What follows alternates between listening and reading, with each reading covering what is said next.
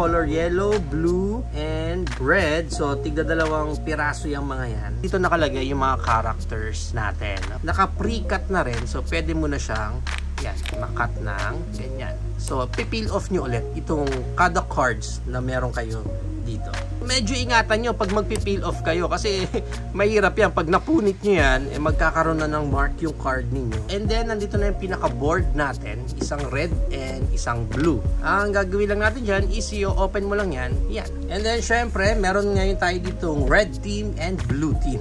And then, ang mangyayari dyan, lahat ng mga cards ni blue, ipila mo lang yan dyan. And then, ganun din, kay red, lagay niya lang din dyan. And then, yung mga yellow is nakabaliktad naman siya dapat dyan sa gitna. So, lahat ng characters niyo ni blue and characters si red, so dapat yan, naka-line up na yan dyan. And then, kukuha kayo ngayon ng tag-isa yung mystery card. Yung yellow card kasi natin, ang tawag dyan is mystery card. So, kukuha kayong tag-isa niyan. And then, yung players nyo na yon, this will be your mystery characters. Okay? So, ang mangyayari dyan, kailangan mahulaan ni Blue kung sino yung player niya. Mag-ask siya ng questions answerable by yes or no. Magte-take turns kayo para magkakaroon ka ng clue kung sino yung character niya. Next, we have here naman the Monopoly.